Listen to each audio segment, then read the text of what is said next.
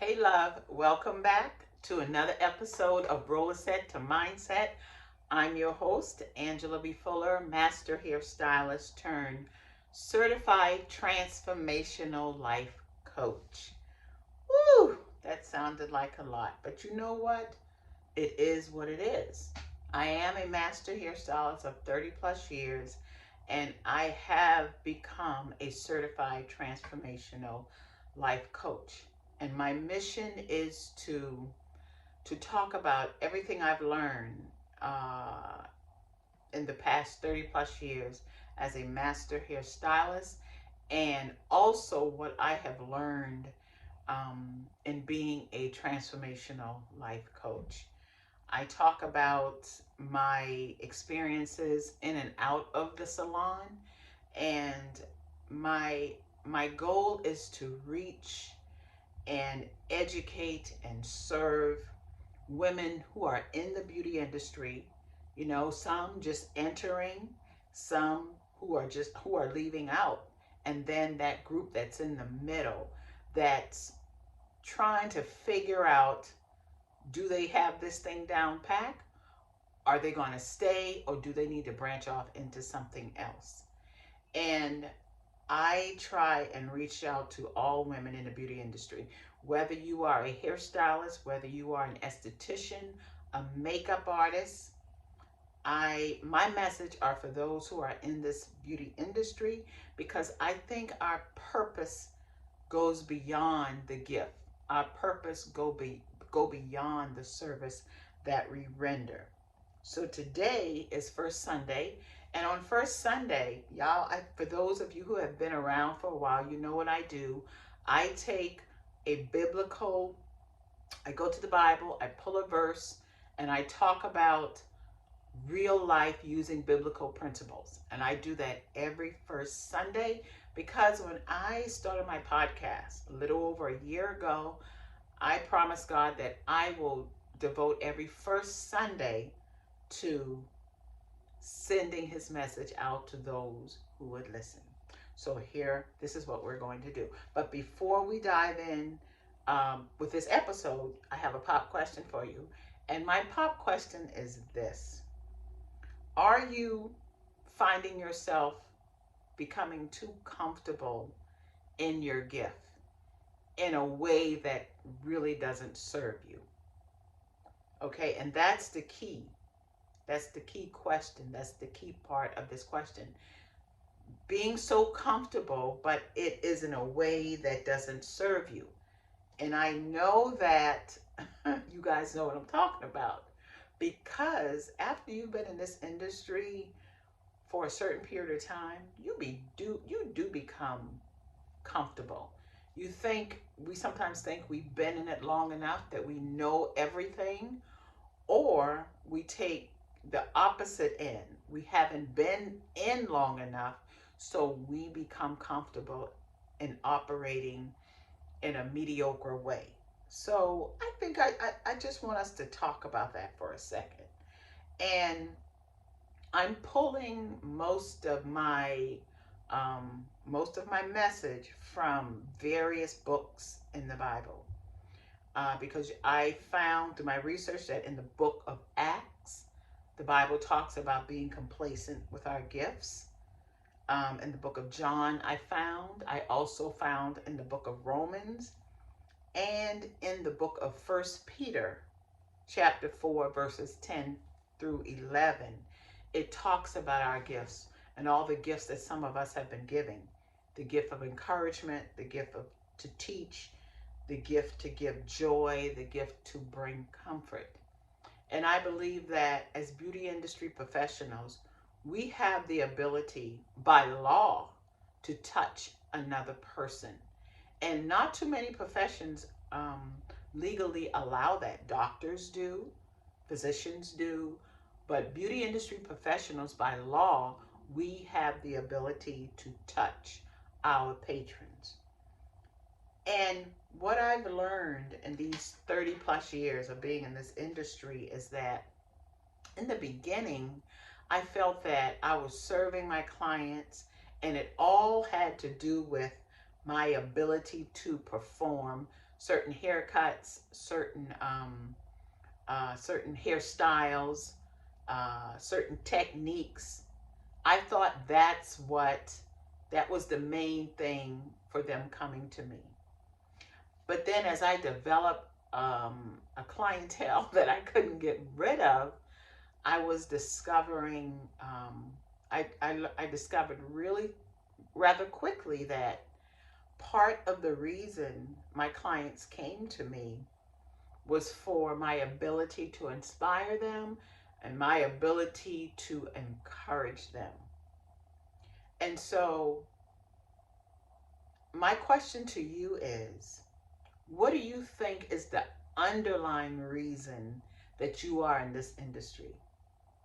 And I'm not talking about the way you can beat a face with the makeup, the way you can give a facial massage, the way you can style a hair, or the way you can lay a set of nails. Because I think if you think about it, and if you're honest with yourself, you know that your clients come to you for more than just the service that you render. And so over time, we can sometimes take it for granted that they are always going to be there. And I believe that when we begin to take people or our gifts for granted, then we lack a certain level of wisdom when it comes to performing our services. I believe we begin to lack a certain level of passion when we're performing our services. And we also begin to lack a certain level of conviction. We don't feel so strongly about what we're doing, and we don't hold the same reverence for what we're doing. We become complacent and we become comfortable in our gifts. And I think that one reason why we sometimes can become complacent or comfortable in our gift is because when we're delivering a service, I think a lot of us begin to get into that mode of judging what we're doing because we're looking online or we're looking in a magazine and we're seeing how other people are performing. And so then we begin to jump into the comparison game of how we are performing a service and the outcome we have, or the popularity another professional may have versus what we are having. But I also believe that there's a certain group, there's a certain group of women assigned to each of us, because we cannot serve everyone. Everyone is not for us, and we are not for everybody.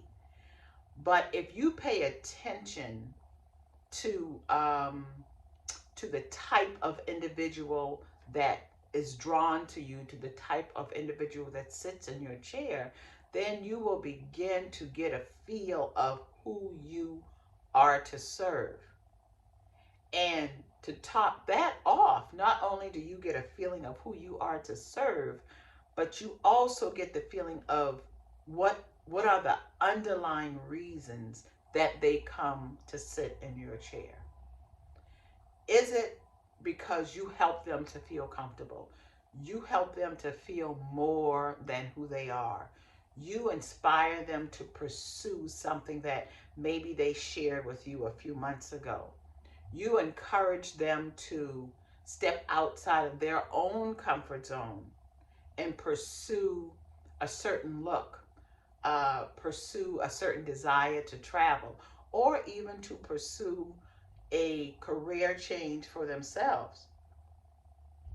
Because here's the thing, there are a lot of competition out here, but we must learn to pursue our gifts.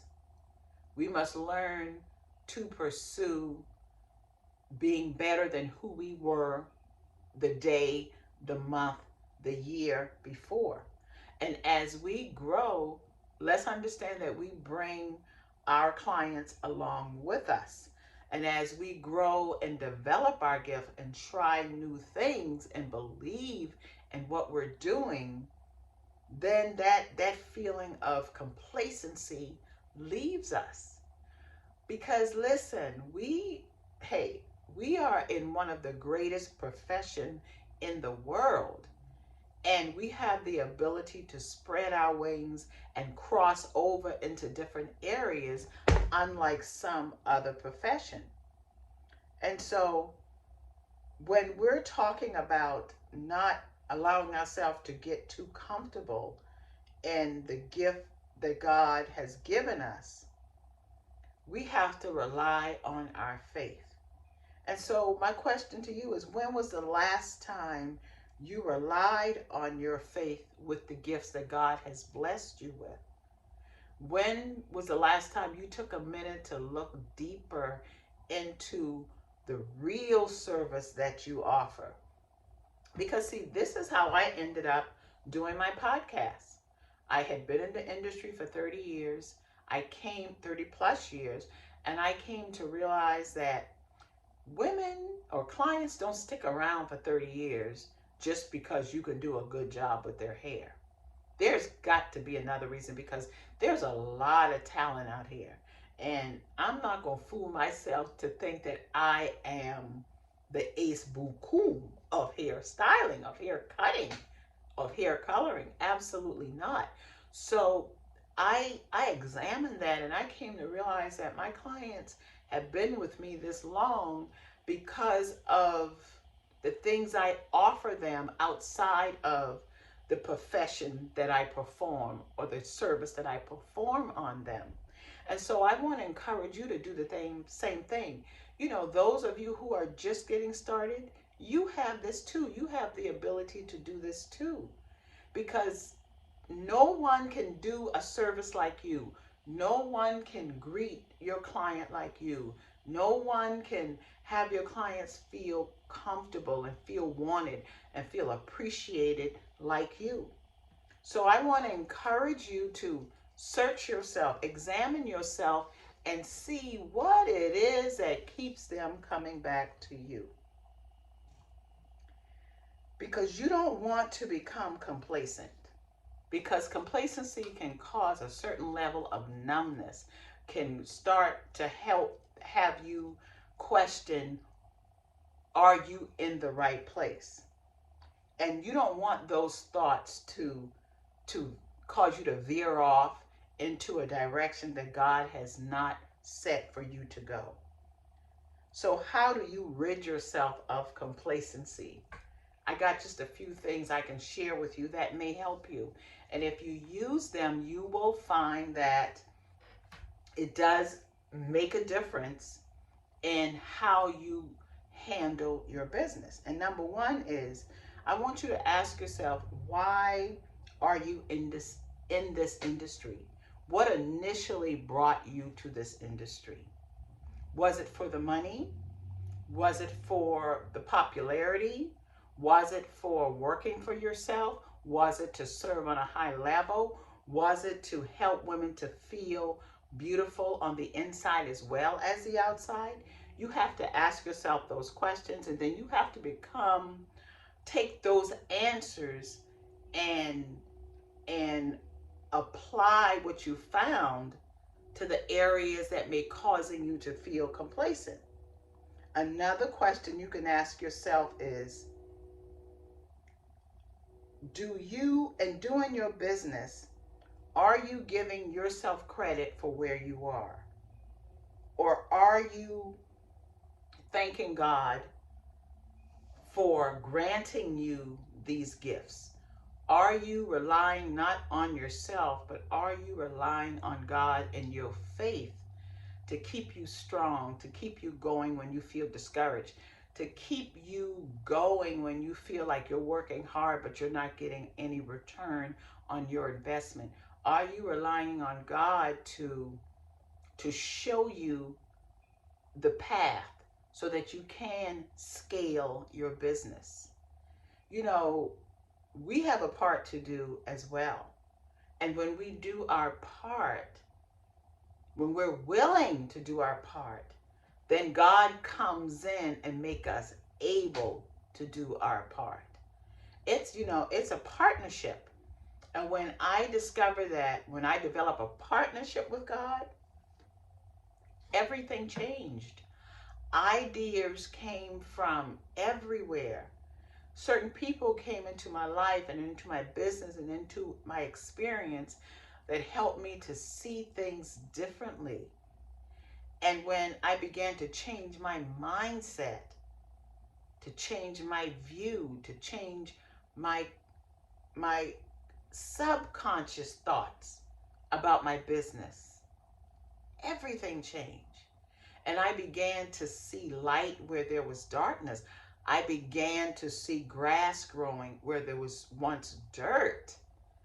So, you know, how we become successful in this business and maintain that success has so much to do with what we can't see with our naked eyes, because some things are hidden in plain sight. But when you take time to get quiet and you take time to meditate and you take time to ask for God's help, you become unstoppable. And the third thing, I want you to work with all your might to stop judging yourself. Because here's the thing, no one is judging us. We do the damage to ourselves. We look at someone and we admire what they're doing. Even when they're doing something brand new or creating something new or starting something new, we look at someone else with admiration and, man, they're courageous. But when it comes to us stepping out on faith and creating for ourselves, we're the first to judge and condemn our own selves. And that has to stop. I want you to begin to pat your own self on the back. I want you to begin to bet on yourself, because you don't walk by yourself. Yes, you show up as one, but when you walk as 10,000. You bring all the ancestors that paved the way, all the previous beauty professionals. They come with you. They are encouraging you. And so stop judging yourself so harshly. Make it a point, a promise to yourself that you will remember why you came into this industry. I don't care if you just starting out or you're somewhere in the middle, you're somewhere in that 7-year itch, or you're near the end, 30 years, 30 years, such as myself. And I'm still looking at ways to be relevant. And I find that the more I want to give, the more I want to share, the more I want to encourage, the more I want to teach, I become less focused on myself, but on the uplifting of other beauty industry professionals. Then that makes all the difference. That complacency goes out the window. And the last thing is, as I said before, do not judge yourself. Do not judge yourself. Continue to admire and encourage others. And when necessary, which is every day of the week, ask for God's help. Okay? I'll talk to you soon. Okay, bye.